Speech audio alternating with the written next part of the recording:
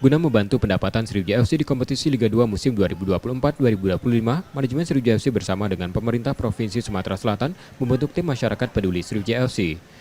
Tim ini nantinya akan bertugas merangkul semua pihak yang memiliki kepedulian kepada Sriwijaya FC, mulai dari mengajak pengusaha secara profesional hingga perusahaan besar untuk memberikan dukungannya kepada Sriwijaya FC.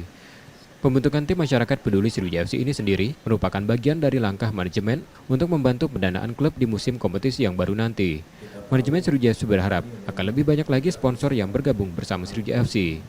Terus pengusaha-pengusaha Sumsel yang memang peduli dengan sepak bola, terutama Sriwijaya FC, itu kita ajak terlibat gitu loh ya, baik perusahaan yang namanya perusahaan atau orang per orang gitu loh yang memang bisa memberi kontribusi lah gitu loh.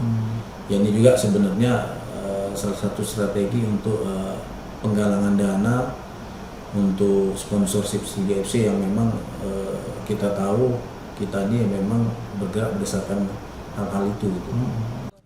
Manajemen Sriwijaya FC juga mengakui besaran dana yang didapat dari sponsor mempengaruhi pembentukan sebuah tim sepak bola. Nur Muhammad, Kompas TV, Palembang, Sumatera Selatan.